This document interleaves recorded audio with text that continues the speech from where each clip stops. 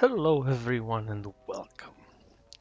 Today I will be continuing with Tau series, and first of all I want to apologize for missing last week's video. I tried to have a video ready for when I was on vacation and I actually succeeded, but unfortunately when I came back I caught a nasty cold. I had a very bad sore throat. My voice was all over the place. Plus, I was very tired, and I was in no mood for painting or doing anything. But now I am back, and hopefully, I will be able to keep going the weekly schedule. And as you can see, I wanted my Tau army to have a jungle feel to it, so I decided to pick a green color for a base color. And for this I chose Warboss Green for basically all the panels, and I wanted to try a different technique for doing the edges. And so over the gray primer I painted all the edges black ahead of time and just took my time being very careful not to spill over those lines.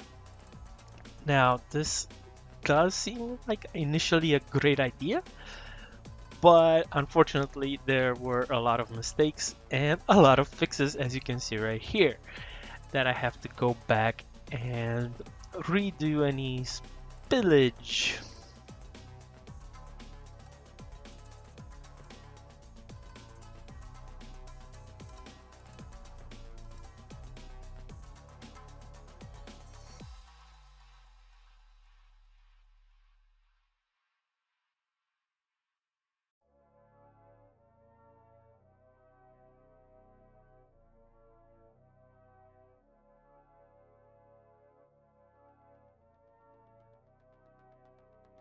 Also, I would like to apologize for the darker videos. I'm still working on my lighting at the moment. I changed locations in the room where I use the studio, so I can't use the overhead lights as much. They're not as powerful. And that is why I have to get more lights soon-ish. Also, you can see here the secondary color that I'm going to use, which is Tau Light Ochre. And initially I was thinking of using XV88, but it looked a little too brown. So, for that you use Tau Light Ochre to do the edge highlights. So I will try to do the edge highlights by lightening, making it more yellow. So I will probably mix a bit of flesh gets yellow probably in this. I don't know. I will see how I do it and to edge highlight this later on. But you can already see basically the main color scheme that I'm going for. Now, edge highlighting will be done in another video coming probably next time, or maybe the next video will be Shadows over Camelot one. I haven't yet decided. I'll see what I am in the mood for. But I really actually like these two colors. While they may not be complementary, opposed on the color wheel, I think they kind of mix well together, and I will see what comes out with it. But yeah, and again, the same technique. Try not to go over the black lines that I painted in the recesses of the lines. Hopefully, but as you can see, I keep making mistakes and going over it. Also, yes, it's also summer here and it's very hot, and apparently I lack the patience to wait for any coat to finish, So I kind of get partially dried paint on the model, and then when I go with the next coat, I kind of generate a texture. I need to see what I can do about that. Hopefully, this will not be a problem in the final look of the miniature.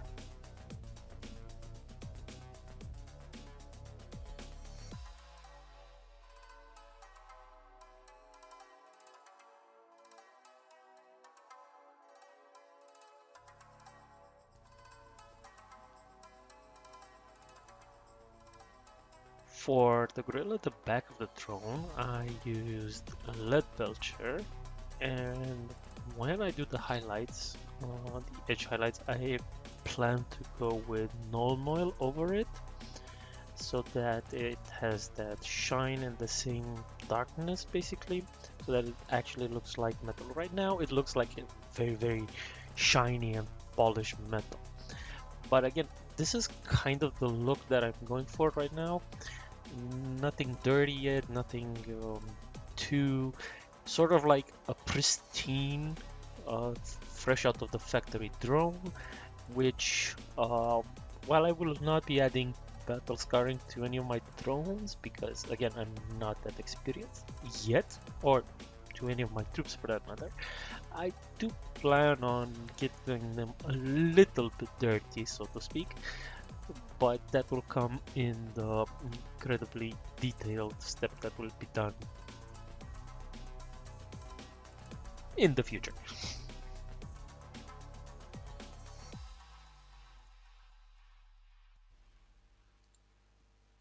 As I keep mentioning, my process is make mistakes and fix them. And this is me fixing some little mistakes that I make, like I mentioned before with the spilling out into the recesses that have been painted black in order to make them stand out. Of course, all the details like the small antennas popping out, I also went with black. I'm still thinking whether or not I should add Leadbelcher to them to make them pop out, but I think I won't. Just a highlight with standard Mechanicus gray. I guess I will see what's coming. I will decide when I get to when I actually get to that step.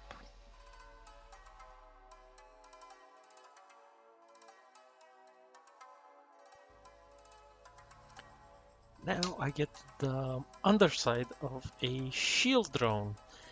I don't know if I made a mistake here or just landed that by accident on a painting technique, but I used a lot of paint, a lot of thinned down paint, but I let it go everywhere I wanted it, very gently, very easily, and then I actually waited it for it to completely dry, and it actually looked very well, despite the fact that initially you would think that it is actually too much paint or it looks really bad, but when it dried it looked perfect, and you can see it right here. This is how it came out. Sorry for the bad focus, I'm seeing it right now, but it's not fully dried. You can see it in one of the tiny bulbs over there, but that is still the same coat. That is still the very first coat, no secondary coat or anything whatsoever.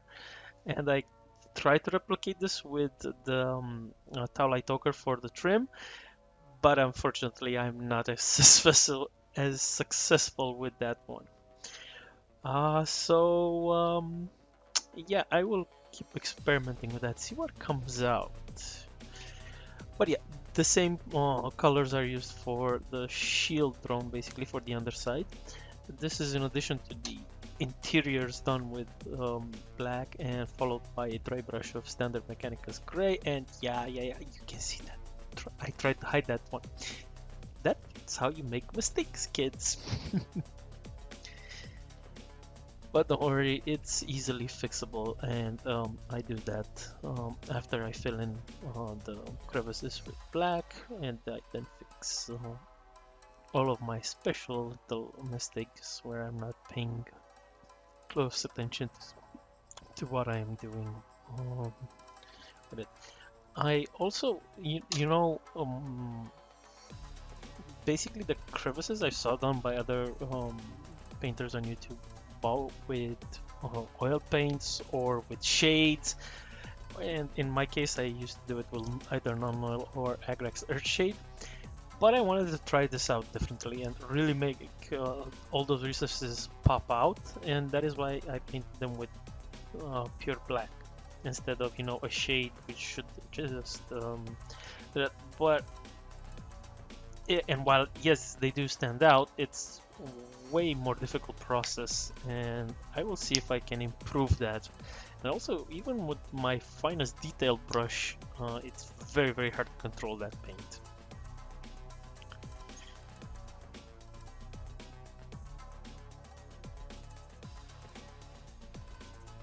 And we're getting close to the end right now.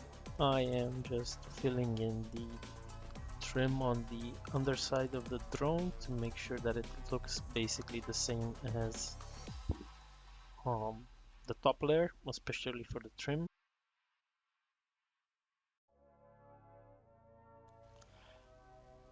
Right now it's not very visible, but it actually looks real good. The highlighting that I've done by dry brushing with Mechanicus Gray, and while this setup's lightning does not make it very visible right now, it actually does look good enough for what I'm going for right now. So yeah, I will leave it as is. I was thinking about trying more edge highlighting on the interior of the drone. Maybe, maybe? I don't know. I guess I'll find out in the next video when I do it. I'll see what I feel like. The final thing that I get done today is adding a bit of Leadbelcher on the little bulbs. I don't know what they are. I don't know if I'm using a correct color right here, but I wanted them to stand out right now, and this is the color that I chose. A bit of metal to stand out against everything. I will try to take a few shots of a completed base coated, actually, because there are no highlights, of a shield drone. And if you like the video, give it a like, subscribe, and share it with a friend.